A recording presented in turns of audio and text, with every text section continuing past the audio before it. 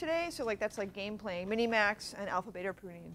But I have a few things from last time I wanted to talk about before we get into that. So the first one was a question from the forum, in the discussion forum. And it was, what's the difference between online DFS and regular depth first search, like we covered in the first day in class, the second class, the first real class on technical material. Does anybody want to know the answer or have thought about that? And I'd like to give us your thoughts about that. Why do we need this special online algorithm when we already have regular depth first search? Yeah. Isn't a regular DFS like assume that you understand the transition mode? Like you have a Yeah. So remember we said it was a little it was a little confusing. I think I was presenting the material in a confusing way last time because we said we wanted to use DFS, remember, instead of breadth first search. Why do we want to do that? In online search. We didn't want to do an online version of breadth first search. Efficiency, yeah. What particular thing about breadth first search in an online setting was bad? How far it would have to go each time. Yeah, so like if you can only make local moves, if you can't teleport, breadth first search is doing this like spreading wavefront, and that was bad. And depth first search goes down, so teleportation isn't necessary maybe. But we still had to do, so we said we're going to use depth first search for that reason, but we still had to do some extra stuff on top of depth first search. Why do we have to do that extra stuff? It's related to this teleportation issue.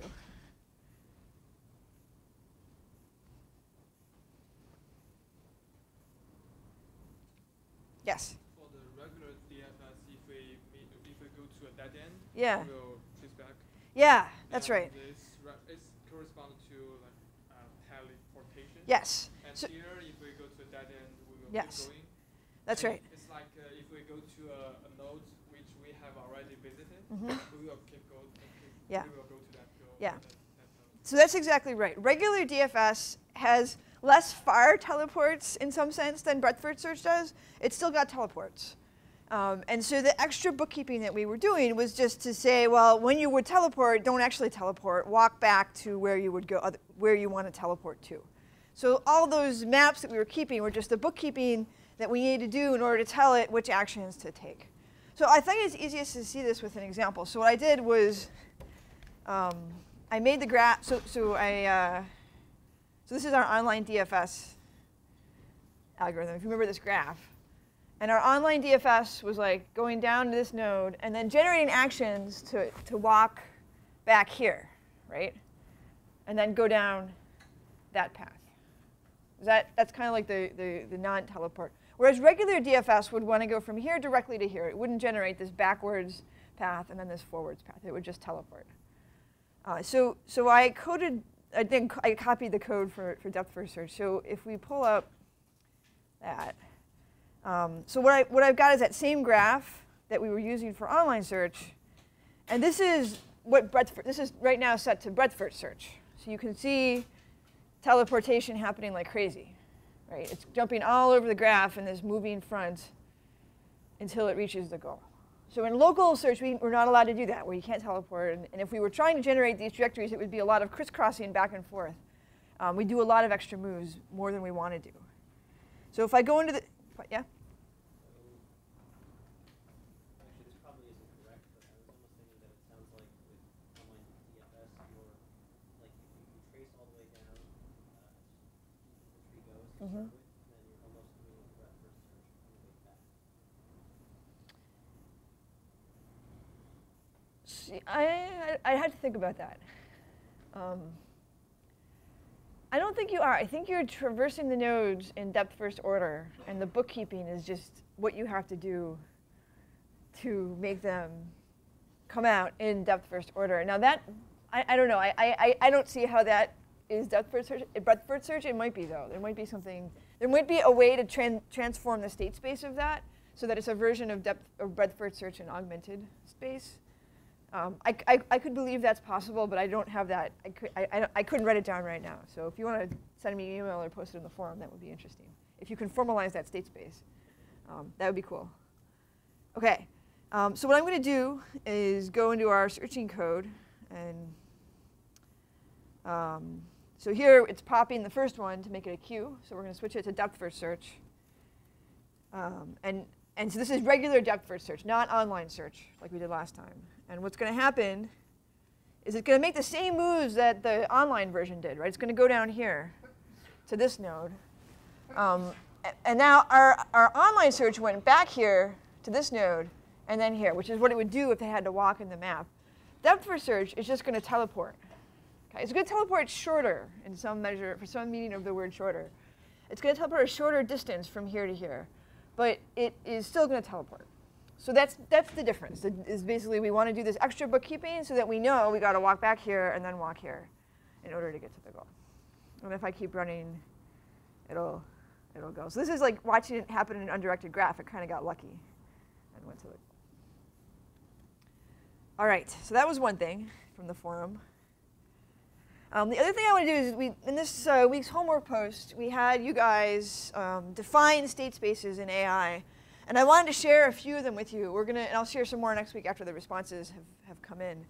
But there were some interesting ones there already, so I wanted to share them. So this was one I really liked because it has a really strong and important real-world application. So there's a lot of research that's going on right now in drug discovery, trying to identify new chemicals and compounds to cure diseases that different people have. And it's a really big industry, and there's all these concerns about ethics of this, and there's like big name, brand name drugs, and that they spend a lot of research on, but then we need things like, I don't know, like tuberculosis drugs or malaria drugs, but they don't make money, so the companies aren't spending as much time on them. But the whole technical thing is basically trying to define a space of configurations of molecules, and then trying to figure out, so the goal test is really interesting, like does it cure the disease? So as you can imagine, that's a very expensive thing to try to find out. You have to give it to an animal, that we do things with mouse models and stuff like that. So it's very expensive. But the way that they're thinking about it, people do things like protein folding and folding at home and stuff. The way that these problems are formalized is an AI search problem. And people think about heuristics for them. People think about Monte Carlo methods, so like the simulated annealing style methods. They think about approximations for this goal test. So how can we find good ones without actually giving them to a person, at least promising candidates, so we don't have to try them all on like FDA studies. And I think this is an area of a lot of growth right now, the sort of intersection between biotech and computational methods. Another one I liked was this one. So this is formalizing doing your homework as a search space. So basically, the idea is the start state is a blank piece of paper. The state space is all possible word combinations on the page. The set of possible action is writing words and removing words from the paper. The transition model is like moving what words appear and disappear as you type. And the cost function is sort of magical, but maybe you've got lower costs to words that are used. That might be like giving you guidance, like you want to write a typical answer as opposed to an atypical answer. But that might be bad because maybe you want to stand out and do something creative. And then the goal test is like an autograder maybe that says whether or not you've got it right or wrong. I thought this was interesting. Partly it's kind of funny, like you can imagine, right? One of your projects in AI is to write an AI to do your AI homework, which is kind of recursive. But I think it's also interesting because it's something we're trying to do in my group right now. And I think it's kind of impossible, but it might be possible, and we're kind of trying it. So one of your TAs, Greg Yanni, is working on this project. We have defined a state space for the programming language JavaScript.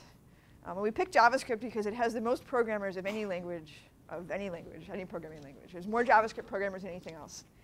And we define the state space in just this way. We sort of imagine like an Emacs buffer or something, and you can type words and you can remove words. And the problem that we're struggling with is when you do this, when you define the state space. Well, anyone want to name a problem if you define the state space in this way? Or suggest what could go wrong here? Yeah. Just how big Yeah, things are. exactly. It's huge. It's infinite, and its branching factor is insane. Like if it's either every word, well, there's like hundreds of thousands of words in English, or every token in JavaScript. Then you still have got lots of different possible tokens. You can say open string, open quote, and then anything you want. Any character, like however you think about it, the state space is ginormous. And that's kind of why we got interested in it. Like, it seems impossible, and maybe we'll find that it is impossible. But I think one of the challenges in AI right now is, like, if we're faced with a state space like this, what can we do to do something good anyway? What can we do to make it tractable? What kind of knowledge? So somebody last time was talking about sub-goals and stuff. What kind of knowledge, like sub-goals or action pruning or something that we can do to augment our state space to make this tractable? And it's sort of an open question. I don't know the answer. That's why we're working on it. Yes? Particularly with JavaScript, Yeah. I'd say the table of actions can have priorities. So Yeah. the current action must Yeah. be a function.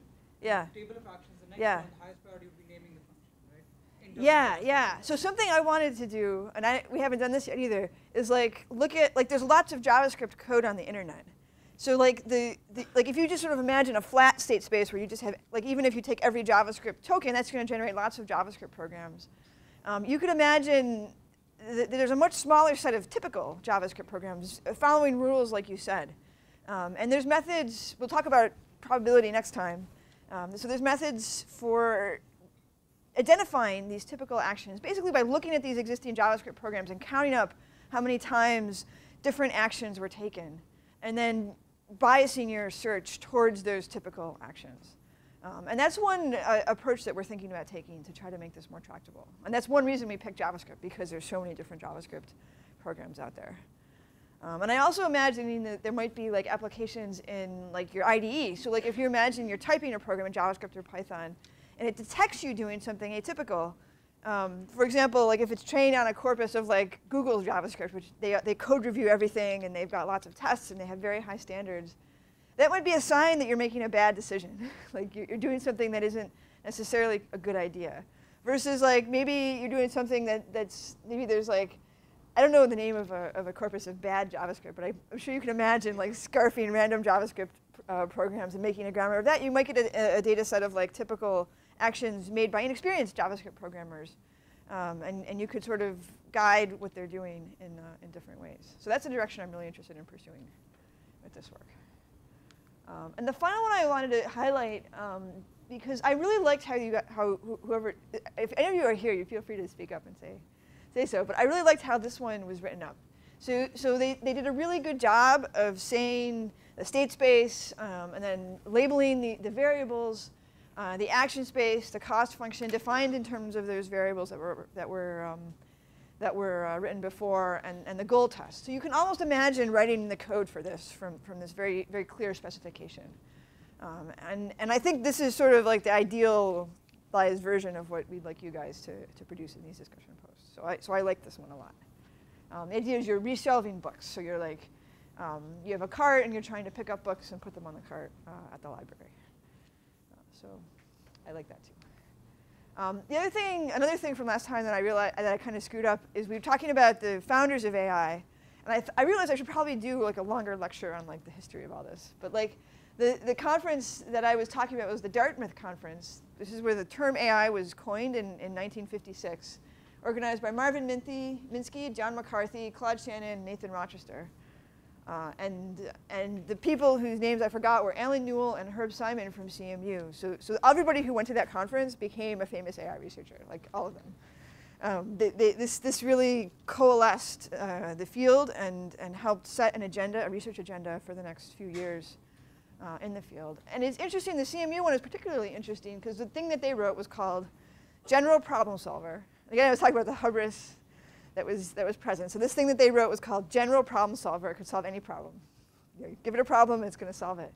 And it was the very first program that separated the knowledge about the problem with strategies for solving the problem. And if you guys can sort of think about what we're doing now with the state space, and then we have breadth-first search, depth-first search, A*, and we'll see other strategies too, this idea is very common and very powerful because it lets us transfer these ideas and these algorithms to new domains and have impact, even if it was designed for something totally different. And as you'll see as we go through the course, you'll see that these ideas, were developed back in a lot of them during this GPS work, but apply very, very widely. So this was sort of the first version of that. Okay.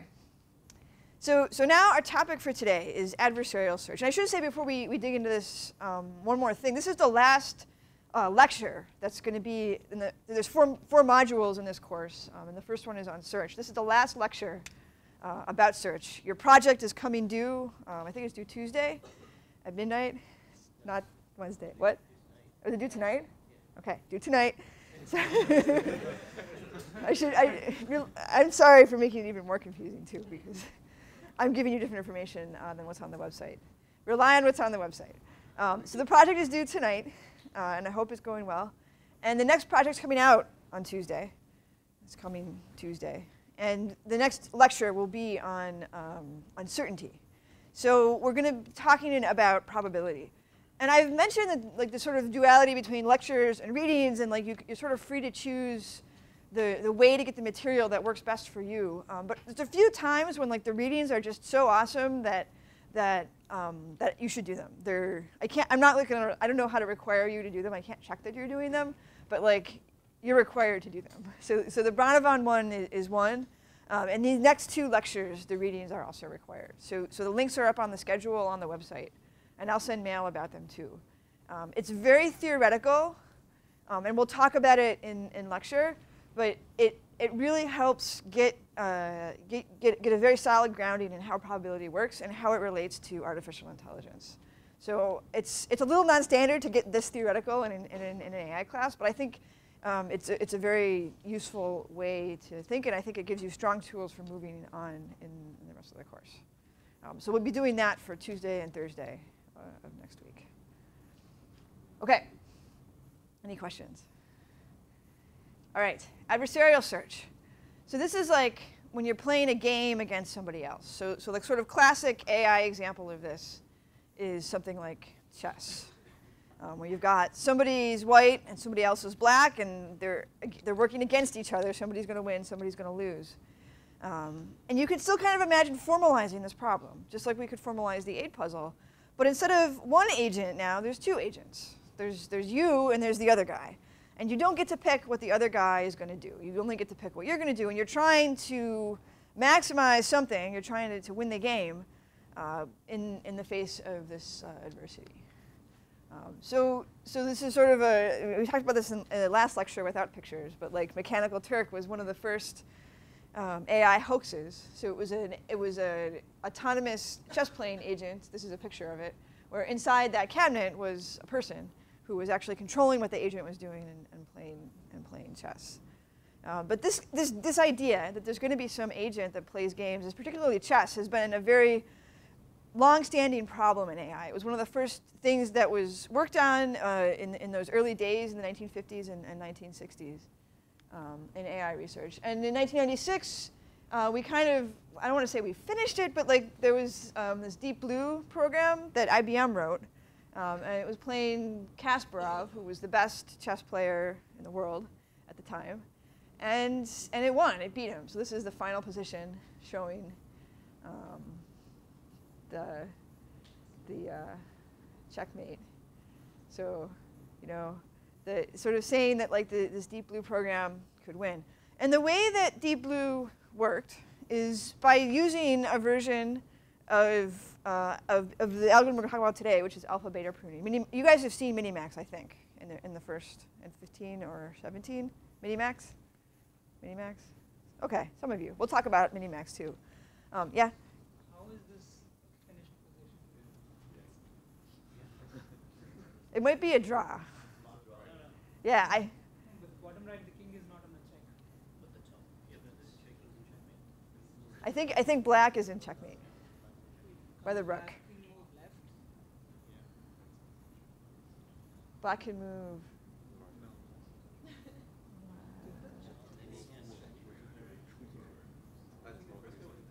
It might be a draw too. So I actually picked this last year, and I don't recall the game, the exact game. And many of these games end in draws. So like one player just decides I can't. They either resign or there's like a repeated sequence of moves, and they decide it's going to be a draw. The outcome of the tournament, which is an iterated sequence of games, was that Deep Blue won. So, yeah. Question? I was thinking from the new design. Yeah. Yeah, he may have resigned. He didn't want to play it to the bitter end and give the machine its satisfaction of actually doing the checkmate. Okay, so you guys have sort of, maybe you've seen, some of you have seen Minimax, some of you haven't seen Minimax. I want you to take just a few minutes in class and discuss how you would formalize this problem and what you would do to solve it. Something like playing chess. And then we'll talk about Minimax and alpha beta primitiveness solutions. Go.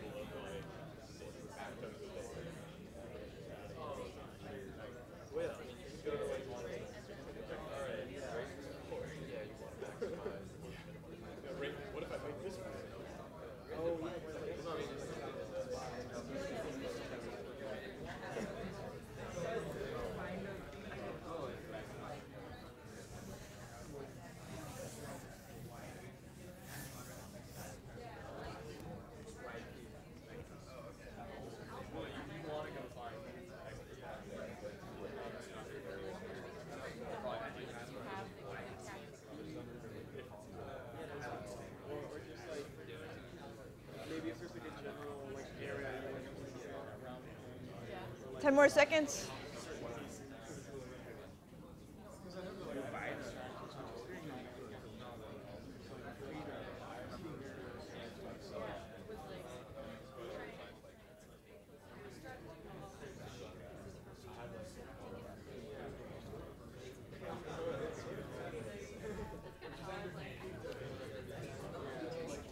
All right. Let's come back. So who wants to share with the class, how would you approach chess? How would you formalize the state space? And what would you do to try to solve it?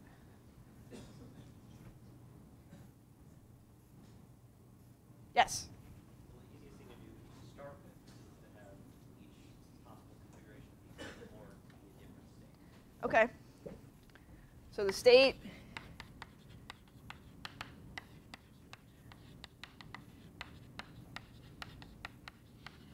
is the configuration of the board. What else do we need to put in the state? Yeah.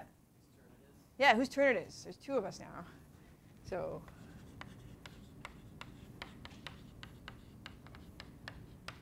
good.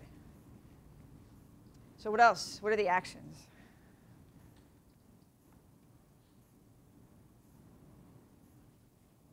Somebody else.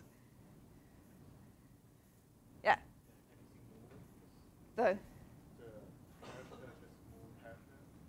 Yeah, so like the moves that you could do in chess or whatever game that you're playing.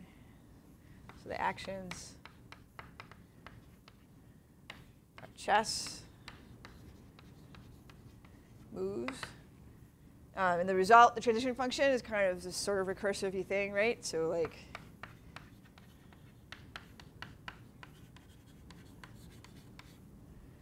is the result of the move. The cost function. Yeah? One thing we discussed, I think for the cost function, machine learning is key here, because when we're playing chess, we don't just think about one move. Yeah. We speculate the opponent's moves and Yeah. 5 moves ahead. Yeah. So Right. So this is sort of related between the cost function and the goal test. So what's like the real goal test? Checkmate. Right. But what happens if that's what we use? So it's pretty easy to imagine writing a checkmate tester. You guys just ran one in your heads on that board and it failed. It's just where the king is, and you can kind of imagine wandering around the board and writing a pile of code that computes whether it's checkmate or whether it's a draw and whether the game is over or what. But the problem, as you point out, is in many games, the state space is so incredibly huge that you'll never actually reach the end of the game. You don't have enough computation in the entire universe for chess. Like, we don't know. Some games are small enough that we can essentially simulate playing every single version of them. So every move that you could make and every move your opponent can make. And we'll study one in class today, which you've probably played before, called tic-tac-toe. Right? So there's a small enough number of configurations of the game board that we can just play them all. We can get to every single one of the winning and losing configurations and come up with an optimal policy. However, for something like chess, there's too many games. The number of memory that would be required and the computation time that would be required is far too large. So instead, what we'll talk about is approximating, somehow assigning a value to a particular configuration that it's kind of like a heuristic that efficiently computes how good it is without having to go all the way down to the leaves of the tree. And the advance that Watson made when it beat Kasparov was not like some fundamental new algorithm. It was basically using alpha beta pruning. But it was doing two things differently. One is that they had a really, really good cost function. They had played lots and lots of games, not nearly all of them because they couldn't, but they trained a machine learning model to come up with a really good estimate for whether a board state was good or bad. They had a big code book of opening moves and closing moves, because at the end and the beginning of chess, it's much smaller. Than in the middle, there's like a million things that could happen. But once all the pieces are killed, the state space collapses back again. So they had a big code book of those beginning and ending moves. And they had a really, really, really, really, really big computer. So one reason IBM was doing this is because they make mainframes. And they wanted to sort of test their computers to the limit. So they were running alpha beta pruning with all of this stuff with lots and lots of search depth. Not enough to do all of chess, but like a lot. And that, more than any other computer had done in chess before. And eventually they scaled that up in order to the point where it could beat a human player. So that's what we'll talk about today. So now it's sort of got this sort of version where there's these actions, which are the chess moves, and it's going to switch who's going to move based on whether it's black or white that's playing, or whether it's X or O that's playing with tic-tac-toe. Did any of you guys talk about what you would need to do in order to solve this problem? So if you're white or if you're X, what do you need to do in order to plan what moves you're going to make? Yeah. Take into account how good the move you're making is, but then you also need to take into account the fact that your opponent's going to make an equally good move. Right. That. Right. So you have to sort of do this kind of modeling of what your opponent's going to do. And your opponent is not going to do what you would do or what you want your opponent to do. So it's this kind of switching back and forth between taking the best move you can and then pretending your opponent would take the best move they can and then taking the best move you can after they've taken their move. Sort of switching back and forth in the search and pretending first you're you, then you're your opponent, then you're you, then your opponent. And that's why Minimax is called Minimax. Because first you're trying to minimize your reward, or maximize your reward, pick the best move you can because you're you. Then you're trying to minimize. You're not trying to, but you know your opponent is going to minimize. So you're going to simulate your opponent. You're going to minimize, make your opponent take the worst move for you, which is the best move for them. And then you're going to max. Given that, you're going to take the best move for you again and keep going back and forth. So that's the intuition behind what's going to happen. So this is sort of what we talked about: terminal test, utility value. So you can sort of formalize this in the book. They do it a little differently. They say there's a terminal test when the game is over, and then the value separately. So whether this is a good ending or a bad ending for you, win, lose, or draw. It might be so. It could be a real valued number, for example. Okay. So then what we can do is think about the game tree. So we're going to switch to tic-tac-toe, just because it's easier to see what's happening. So first, X is going to pick a move. and sort of max. And then we're going to think about so these are all the different moves that X could take, all right? And then O is going to pick a move, and you can imagine each one of those children would expand to all the possible moves O's could take, and then max X, min O, until we get all the way down to the terminal states, okay? And we don't get to assign utilities to these states in the sort of default algorithm until we get to terminal state, right? We don't get to know whether we've won or lost until we're at the end. And then these values basically propagate back up. I don't have slides for this. These values basically are going to propagate back up to the top. So in this picture, they're showing utilities with non-terminal states. You could imagine what we were talking about. If you didn't want to get all the way to the root, then you could have approximations of what this utility function would look like. So the solution is we talked about this in last class.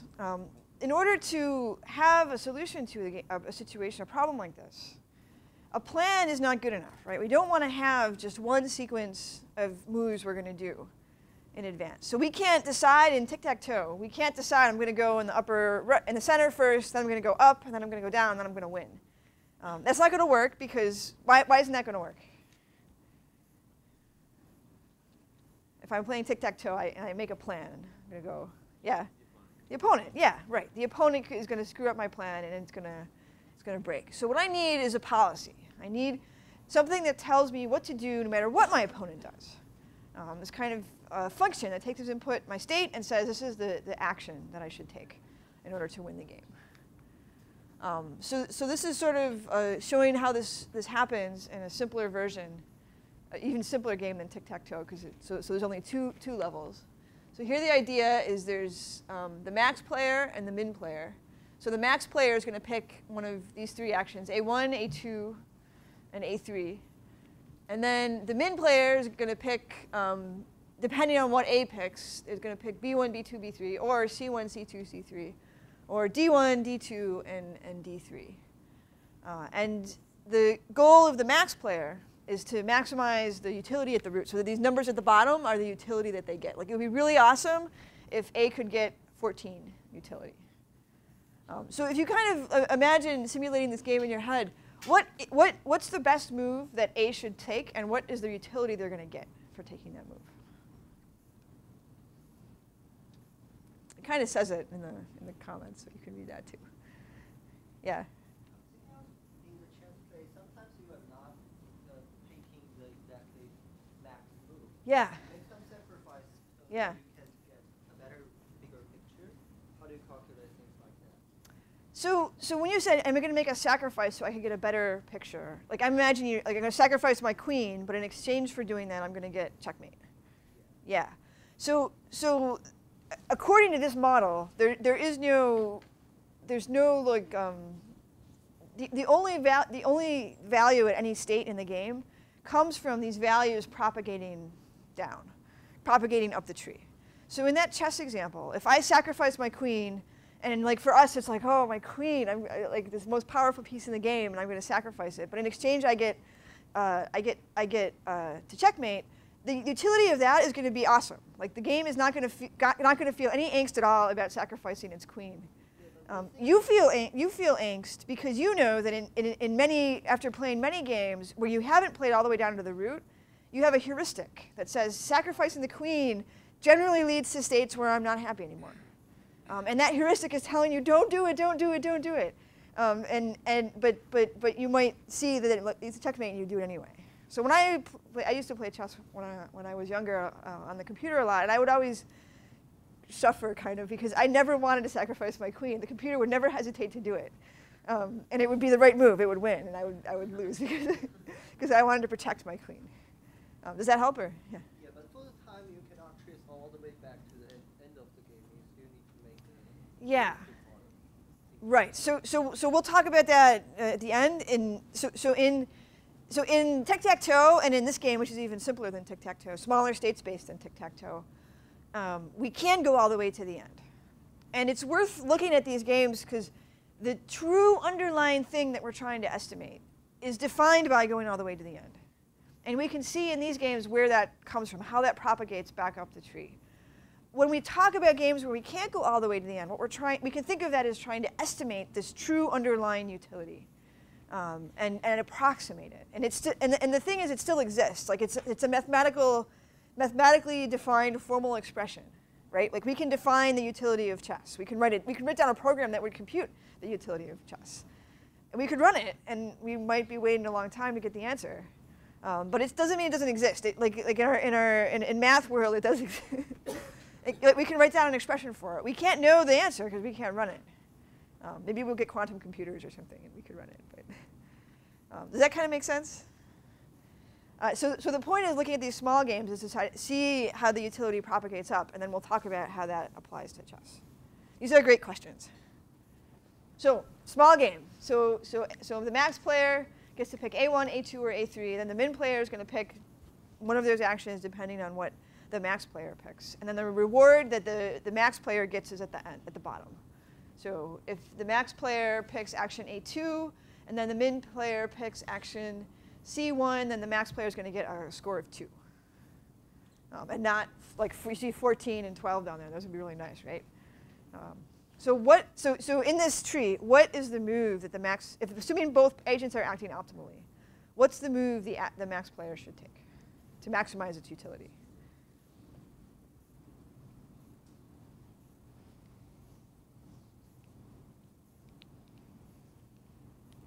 Maybe we should talk about it because this is silence.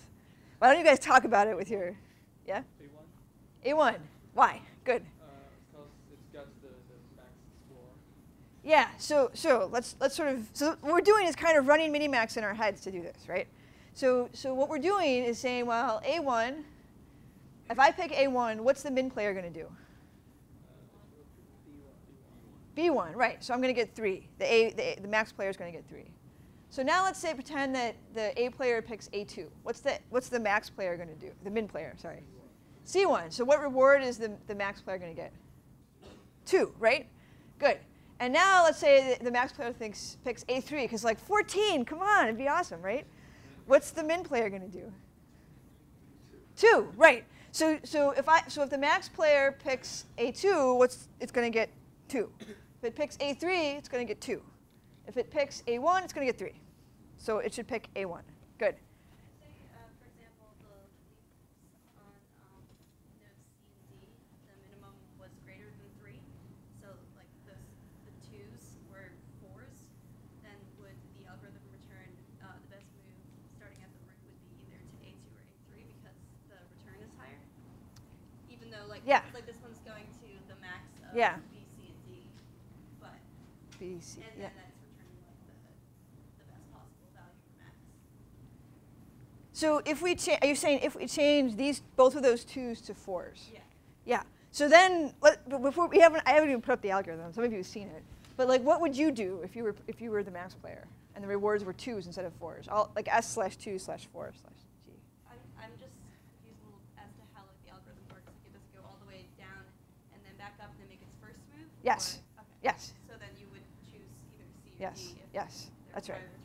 That's right. That's right. And that's a really good way to understand an algorithm. So like we sort of ran it, or not even, like you can sort of imagine coming up with an algorithm, right? Like run it in your head or figure out what you would do with one set of inputs, and then change the set of inputs and see how your move would change. And as you pointed out, in order to get the behavior that we want is we want our move to change. And in order to get that behavior, we have to go all the way down to the root and then all the way back up. In this idealized version, as I said, we're going to talk about approximations at the end. Okay, so now we'll talk about the algorithm to do this. And you guys have seen, some of you, I think, did they do it in like 15 and not 17 or something? Who's not seen, who has seen Minimax? Where did you see it? 17. 15. They do it in both. Okay. What? Only people who chose the Othello final project in 15. I see. So some of you took 15 and have not seen it. Okay, cool. So some of you it'll be review, others will sort of see it for the first time. What's that? People in 19 are on their own. Like you've seen a superset, right? Like you saw if you took 19, you didn't see Minimax? Really? Wow. Okay. So this is interesting. I'm sorry.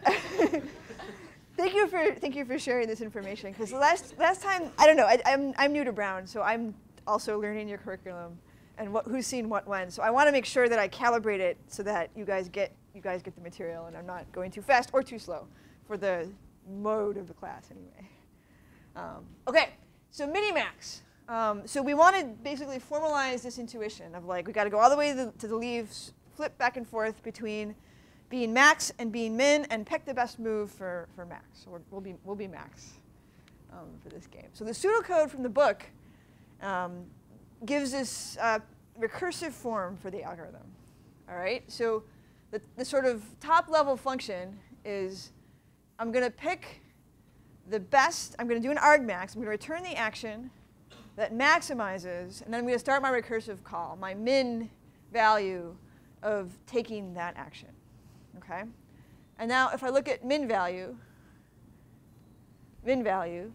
it's going to check if we're at the end and return the utility. So that's just looking something up once we're in a terminal state. Otherwise, it's going to pick the action here in this loop. It's going to loop through all the actions and find the one that minimizes the max value. Right? So it's going to flip back, and that's going to call max value, which does the opposite. So it's going to find the action that maximizes the min value. Okay?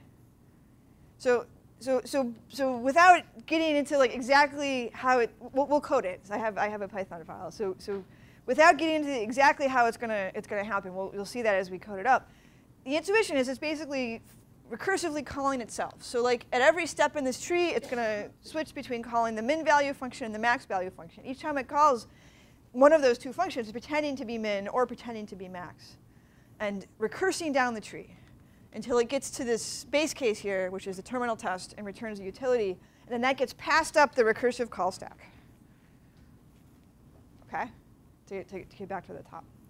Now, when we do our coding in class, we've been mostly coding like breadth-first search and depth-first search as iterative algorithms. We use a data structure like active set or active list or priority queue to keep track of what's open in this set.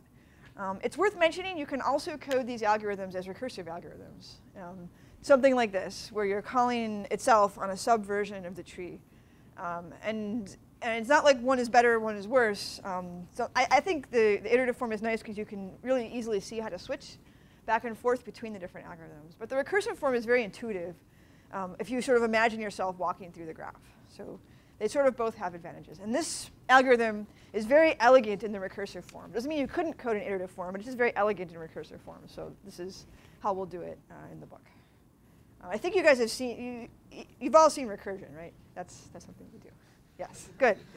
Excellent. OK, so let's code it up. So what I did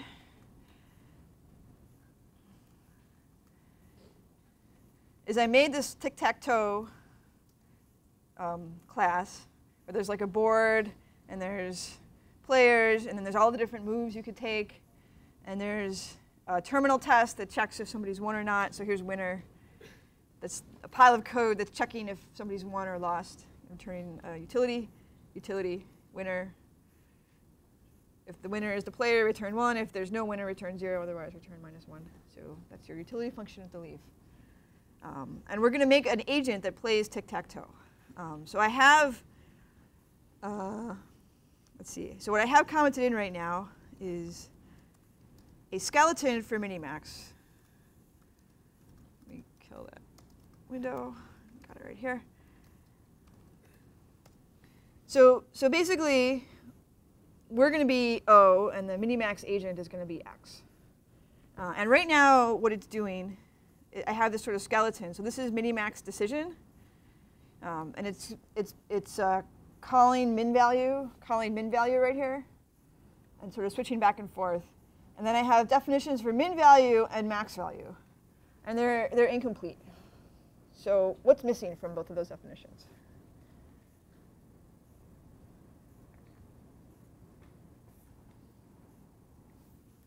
There's the pseudocode. Sorry.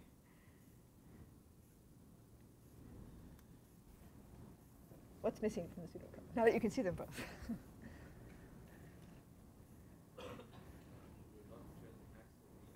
Yeah, right. That recursive part is missing. So our guy, so it's just going to return infinity. So it's going to arbitrarily pick an action. So our tic-tac-toe player is not going to be very good right now. So let's try to play it. What should we do? So you type a number. So this is the board, and all these numbers are empty cells, and you just type that number to fill in that cell. So like, so the X guy went. He just picked this move here. What should we do? 3. Okay. Now what? 0. And what should X do after we do 0? 3. So I might get unlucky, but no. What did he do instead? He went here, because he's not doing anything. He's just picking actions. He's not doing it randomly. It's just whatever order they're coming out of the state class that's defined. So what should we do? 1. We win. Yay.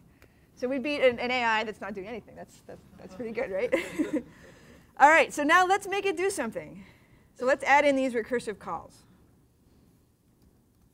So what do we want to do?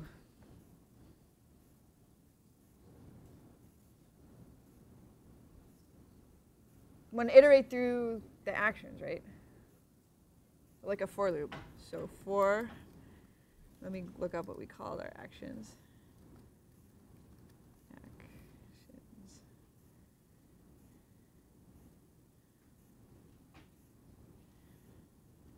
Move in state.moves. Value equals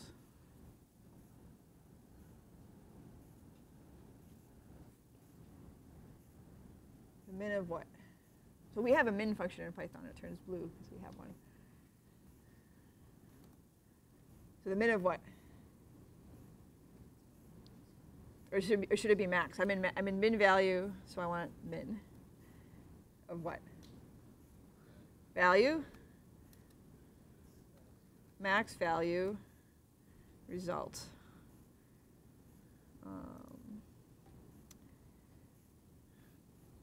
I forgot how we say result.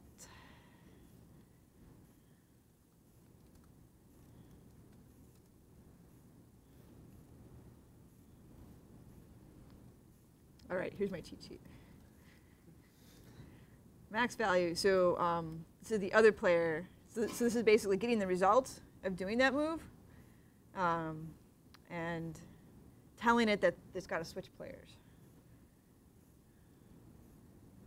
All right. So now we should do something like this for max, right? So let's drop it down there. But what has to change? To swap our maxes and our mins, right? So we're going to make this one a max. We'll make this one a min. All right, should we try it? Tic-tac-toe. So what's happening right now is it's thinking. So it's like, you know, running out all of the entire tic-tac-toe state search. It takes about 18 seconds, unless it's going to do it. What's that? It's going to the end. Yeah, all the way to the end. Or there's a bug and it's, oh, there it goes. Or there's a bug and it's an infinite loop, but somehow 18 seconds before class seems like a much shorter period than 18 seconds in class. Right, so it picked X. So now what should we do? 3. So is it going to take longer or shorter the next time? Shorter, why? Yeah, we're farther down the tree. We've pruned out all, we're not in all possible, we're all the ones where X moved here and we put our guy in 3. So now what should we do? You should go 0. And what should he do? 3. Yeah, so let's see if he does. Oh, he stopped us. See? So instead of just picking randomly, it's like, oh, if I go there, I'm going to stop you guys from winning. So it's playing a little aggressively now. Now what should we do? 0, yeah. And now it looks like it's going to be a draw, right? So it doesn't really matter. 0. And nobody wins. Okay? So we've made our guy that plays tic-tac-toe. So that's Minimax. And I'll put the code up on the website after class if you're interested in seeing more of it. Yes? Can you beat that, or Yeah, good question. Does anybody know? Can you win at tic-tac-toe? What's that? Yeah. The only way to ever seen War Games? War Games, the movie. It's an old movie from the 80s, where it's about this AI that controls the U.S.'s nuclear arsenal, and it gets into this state where like it decides the right thing to do is to send the U.S. Maybe I shouldn't give away the end of the movie if you haven't. Don't give it away. Okay, I won't give it away. What's that? No spoil. Okay, I will just say it's a really great movie, and tic-tac-toe plays into the climax of it. And in fact, you cannot win at tic-tac-toe. So if two players are playing optimally, it will always draw. There's just no way for one player to beat the other player. Yes. If you have already searched the whole action tree Yeah. first, why do you need to do it again at the end? How you always be the subtree of the Yeah, that's right. So you could cache what you've already searched and then not have to search it again. You could even write down a list of Actually, you have what's a that? plan now. What's that? You have a plan. Yeah, you could convert this to a plan, right? So just like we were saying with the online search, and maybe we could formulate that as a state space and have it be a search. I think we could write this, and one of our actions might be to call Minimax, for example, or update our state, which is the cache that we're saving, and then save computation time. We're not gonna do that. We could do it, and it's a good optimization.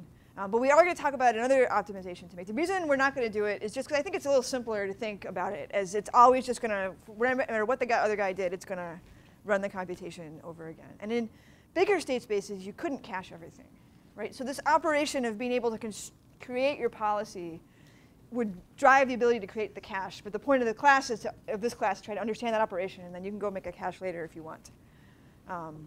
So we're going to focus on making this thing over and over and over again. And this algorithm of like I'm going to run it over and over again, it's got two different names in two different fields because it's so useful. One in control systems, it's called model predictive control. I just see whatever state I'm in and I run my algorithm over again. I don't try to cache anything, I just run it over again and do that action. And in AI, it's called forward search. So again, just this idea of wherever I am, I'm going to run my search and then do that action and then see where that takes me. Maybe I don't even know where I am, or maybe I'm in a non-deterministic state space. I don't care. I'm just going to run my search again as if everything was deterministic and go from there.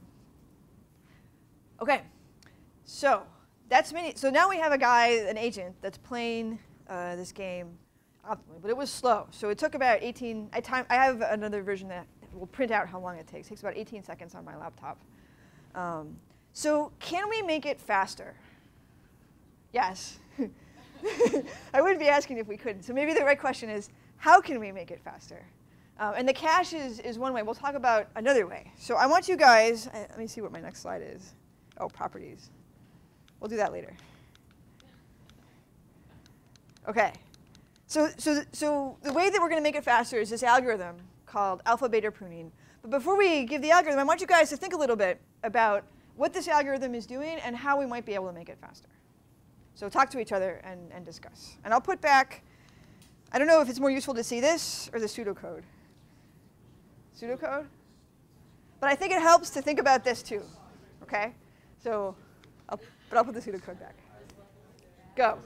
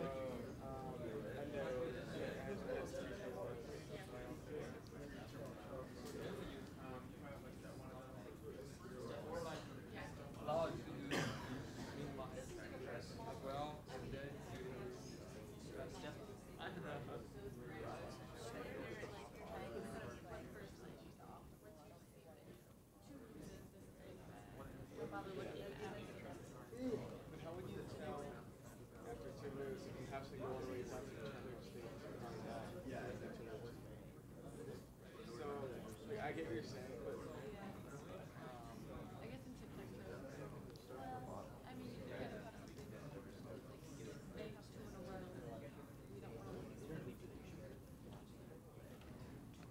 Okay, finish up.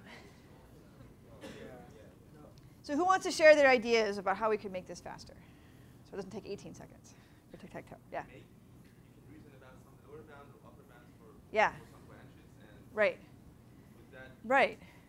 Right. So if maybe we can do something to bound the performance of how well we're going to do. And if we have this bound and then there's actions that are above or below the bound, we can know we don't have to explore them because we'll never get there. Okay. So I think it helps to look at this picture.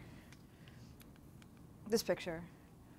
So we saw that 14 node, but we're kind of never going to get there, right? Because or maybe a better example is the 4 node here. Okay. So if we imagine what Minimax is basically going to do is it's going to walk through this tree.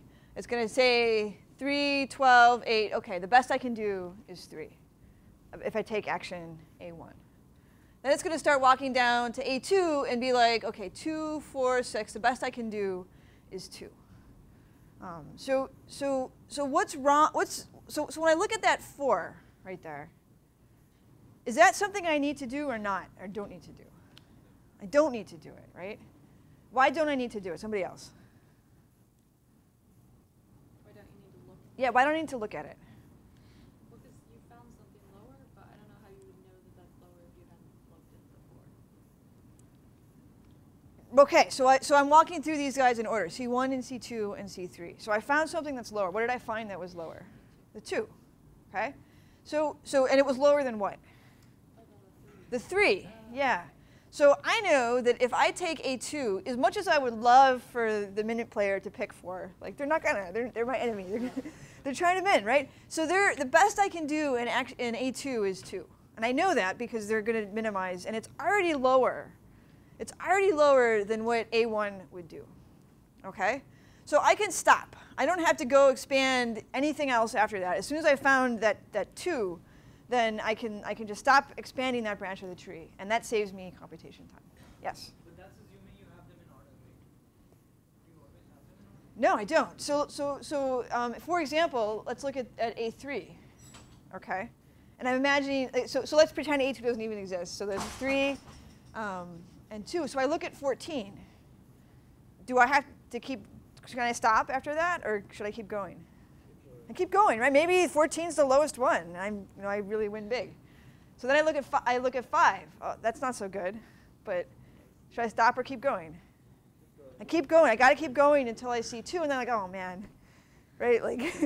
I saw that 14. I was so hopeful, and yet at the end the 2 was what Min's going to choose, and that's just the order of the nodes in this game, whatever order they happen to put them in. And in the book, they chose this order so you can see both of those 2 conditions coming out of the algorithm. So how do you know when to stop? If there was a 1 and a 0.5 after the 2, when would you stop? So let's imagine that there was a 1 after the 2. Would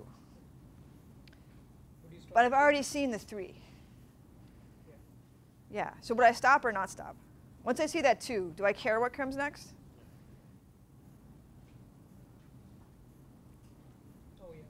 Yeah, see, I don't care. OK. Right, I don't care what comes next because it might be better, it might be worse, but I've already know that 2 is what Min's going to pick. Min might pick something even worse than 2, but 2 is already worse than 3. So I'm not going to, the best that I can do with action A3 is 2, and I can stop looking. That might not be what Min really picks, but that's the best but that's still bounded by the A1 with action 3. So the intuition behind this algorithm is we're going to keep track of the bounds on the best that Min can do and the best that Max can do in any search tree. And then we're only going to expand where the bounds say we can actually do better. So it's going to let us do it's called pruning because we're going to prune our search tree, right? We're going to snip the 4 and the 6. And if this was a more complicated game, all of the subtrees, we're going to snip them right off the search tree, which is why it's called pruning. And it's going to make us run faster. And the way that we're going to know if we can snip is by maintaining these bounds. It's called alpha-beta pruning because in the traditional formulation, those bounds, variable names, are called alpha and beta, the upper and the lower bound on the utility. OK. Properties of Minimax. So you can read this in the book, but complete yes if the tree is finite. So if it's a finite tree, it's going to span every single node in the tree and show it to you. Optimal yes against an optimal component. What about a non-optimal opponent? What's that? I think it's still optimal. Because now you're assuming Yeah. that the opponent will pick Yeah. the best action. Yeah. But if it picks the Yeah. not, If it picks a not best action, then you can only do better. yeah. Yeah. Yeah. Very cool. I think there's games you can construct where a non-optimal opponent can mess you up. Not if the But tree is finite. not if the tree is finite. Yeah, I should look this up in the book and figure this out. Yes. So like, what would happen if, say, according to your Minimax Yeah. algorithm, you should, the next move you should make, would put you in the next state would be really, really bad, but it's like really good future potential. Yeah. Then the opponent doesn't follow the optimal strategy. Yeah. And that sort of Yeah. put you in a worse state. Yeah. Oh yeah, that's right. So what happens is if you're not playing against an optimal opponent and you know the way that they're not optimal, so like let's say that you're playing this game and you know that your opponent is like gonna go for, and let's say that you're min and you know that A is gonna go for 14, right? Like you just know they're gonna make an irrational move and you know what that irrational move is. You could exploit it, and that would be the optimal behavior in that sort of modified game, but it wouldn't be expressed in the state space. Does that kind of make sense? Okay. All right. Time complexity. So B to the so branching factor times the raised to the search depth, because we're expanding the entire tree. And space complexity, B times n, where everything in the search tree is going to get expanded out. Okay. So alpha beta pruning is so we'll sort of see how this happens like a simulation kind of before we look at the code. So it's going to go down to the root, and then it's going to say my bound on the utility is it has to be, for A1, it has to be less than or equal to 3. Min's going to pick the lowest thing, and that's what it is. So I see a 12. Do I have to change my bound? No, because min's still going to pick 3, right? So it's less than or equal to my bound. So now it's 3. I could change my bound or not. Same. So now that's the end of the actions in that state. So equals 3. I know that this is the value of this action. So now the pruning is going to happen, right? So I stick I see that there's a 2. So what bound do I stick in that cell?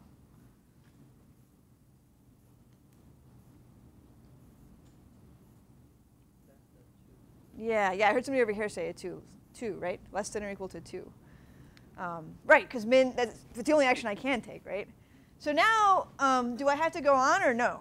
I don't go on, right? I say, okay, I don't even care what those values are. They might be 1, they might be 100, but they're irrelevant to me because I'm assuming min is going to be optimal and not non-optimal. And so I'm just going to ignore it. And now I go down here, 14, yeah. Can you explain why you wouldn't keep going to discover 1? Yeah, so what happened, so let's say that this was a 1. Like let's make up a number for it.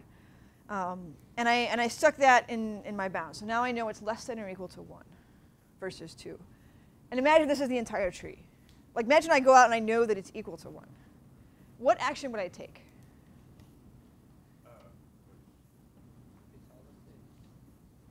At the end, what action? If I'm max, would I take action A1 or action A2? A1, right. And so no matter what, so if this contains like a 1, is that going to change the decision? No, it's not going to change my decision. So it might, depending on what I'm doing, I might want to know the actual values of the whole game tree. Maybe I'm making that cache that we were talking about, and I want to do it just in case. Maybe I want to make it robust to a non-optimal opponent, and I just want to cache the whole games. But assuming optimal opponents and all that stuff, the value of the state, the relative value of these two states is not going to change. It's known, because of these bounds, it's known that A1 is better than A2. Because min can at least pick 2. It might be that it's even worse than we think, but like we know for sure that it's at most 2, so we'll never pick that action. Okay? And if there was like 100, like it doesn't matter, because min would never give us 100.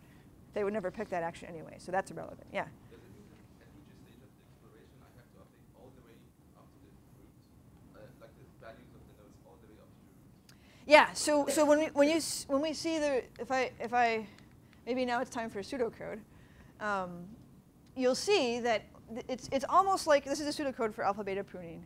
It's almost like Minimax, but what's happening is each time we call our min value and our max value, we're passing these bounds, alpha and beta. So every time we go in the search tree, we're passing these bounds up and down and updating them in the right way. So you'll see this if statement. If v is greater than or equal to beta, return v. Otherwise, my upper bound is max of alpha and v. OK?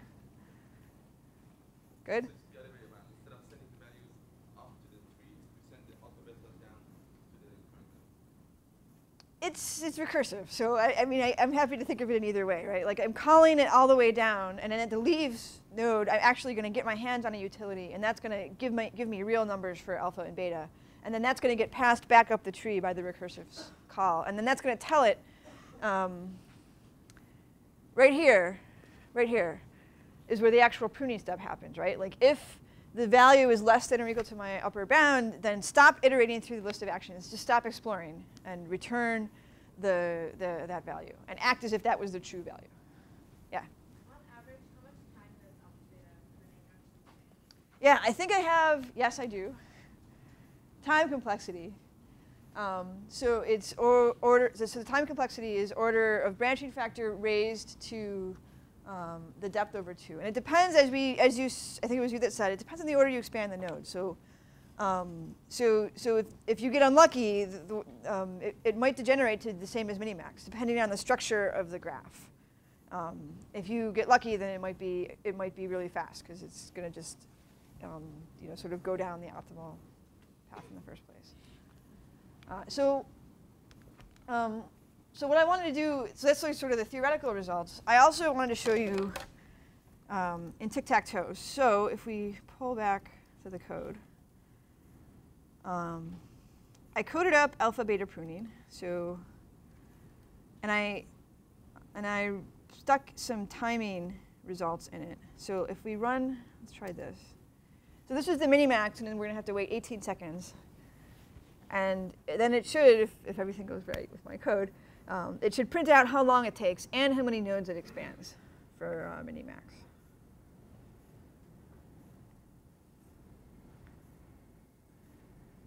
All right.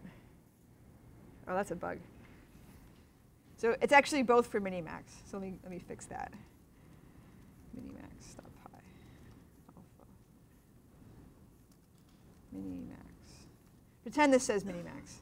So it took about 18 seconds and expanded this many nodes in the search. So now let me go back to tic-tac-toe, and we'll comment in the alpha beta version of the world. Are they always going to choose the same strategy? Yeah. And there's a clue up there. Like I put that as search. Is it up in the code? I put this as search statement here when I was developing it, just to make sure that there was no bugs. They're always going to do the same thing. It's just going to figure out what to do faster. And if I pull up alpha beta, it follows the pseudocode very closely. So like the max value takes the alpha and the beta value. It's passing those values into the recursive call. And then it's using those values to decide whether to break out quickly. And then it's updating these values as it's going through the loop, as it's finding new nodes on the bound. So if I go back to tic-tac-toe, we'll try it. So what it's basically doing is in the code right now is it's computing it with Minimax, and then it's computing it with alpha beta. And it's timing how long it takes and also how many nodes it takes. And then it's asserting that they're doing the same thing to make sure that there's no bugs. So we have to wait 18 seconds one more time, and then we'll see how long it takes alpha beta to do it. All right, so here it goes. Alpha beta took a second, right? It's not instant, but like it's still far faster in tic-tac-toe. And it expanded many fewer nodes, 30,000 instead of 200, 300,000 almost nodes. So in practice, you can get a very large speed up using this technique. OK. So now we'll talk about what you brought up at the beginning of class, which is what happens if you can't actually get to the root node in the first place. Right? So remember, these values were propagating back up the tree because we were able to check if the tic-tac-toe game was a win or a lose or a draw. We knew where all the pieces were, and we could just write a checker that tested this. But for like chess, we can't do that. Like the search time to get to checkmate is not infinite, but like it's really large. So for some games, like tic-tac-toe is an example, they're solved in the sense that we know for a fact that if two players are playing optimally, there's no way for either player to force a win. For chess, it is not known. So it's not known if there's a way. Like it might be the case that if you play white, which gets to move first, and it's believed that moving first gives you a small advantage. People believe that, but we don't know for sure. It might be the case that if you're white, you can force a win. Just like in tic-tac-toe, like you can force a draw if you play optimally. It might be the case that if you're black, you can force a win. And it might be the case that if both players are optimal, that the best they can do is a draw for chess. But the answer to that question is not known. Nobody knows the answer to that question. And the reason is the state space is too big, and we just don't know how to enumerate them all and figure it out. But that's a question people, but for many other games, they are small enough that we do know the answer. We can sort of play through all the games and figure out like if there's a winner or a loser. The fun games, the ones that are interesting and exciting, we don't know because we want to play them. We don't want it to be the case that we know at the beginning, oh, if they just play optimally, that's what's going to happen, right? So this uncertainty is what makes it exciting for us as humans. That's why tic-tac-toe isn't fun. When you're above a certain age and you figure out Minimax, right? Before you figured out Minimax, maybe it's exciting because you don't know.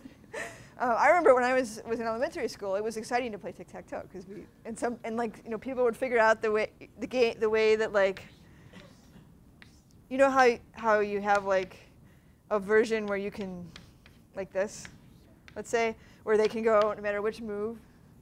You remember that from tic-tac-toe lore? Like you'd set it up and like no matter what you do, you win. Like that was like the really cool thing among tic-tac-toe in elementary school. But now, we can beat the computer. You can play all day. You just know that you're going to get a draw.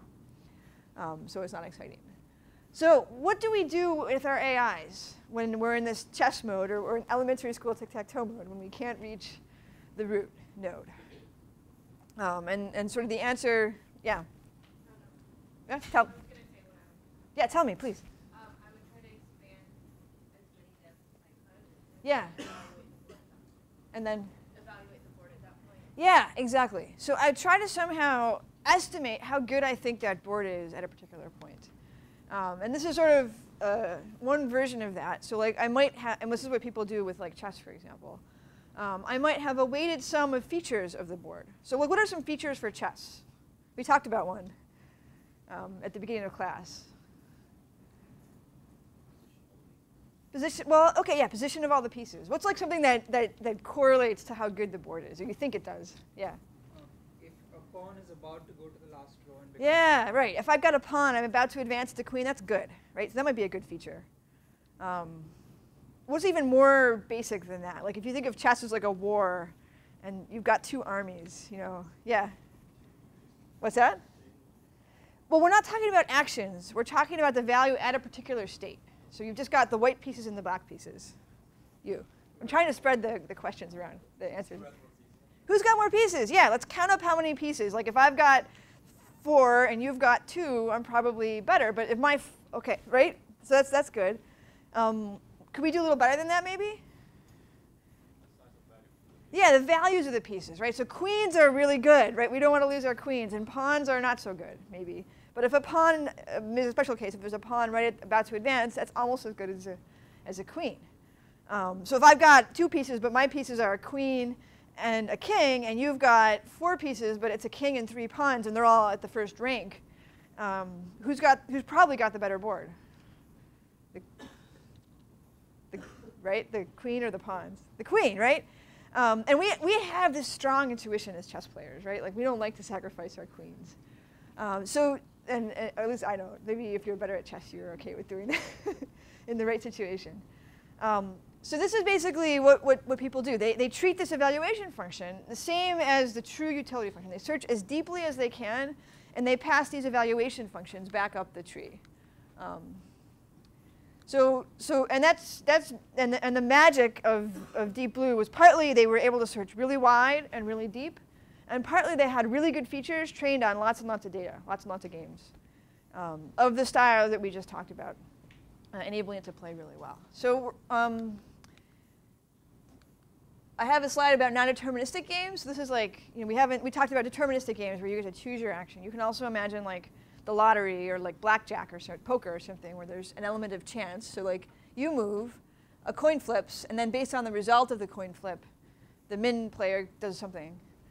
So now all your utilities are expected values.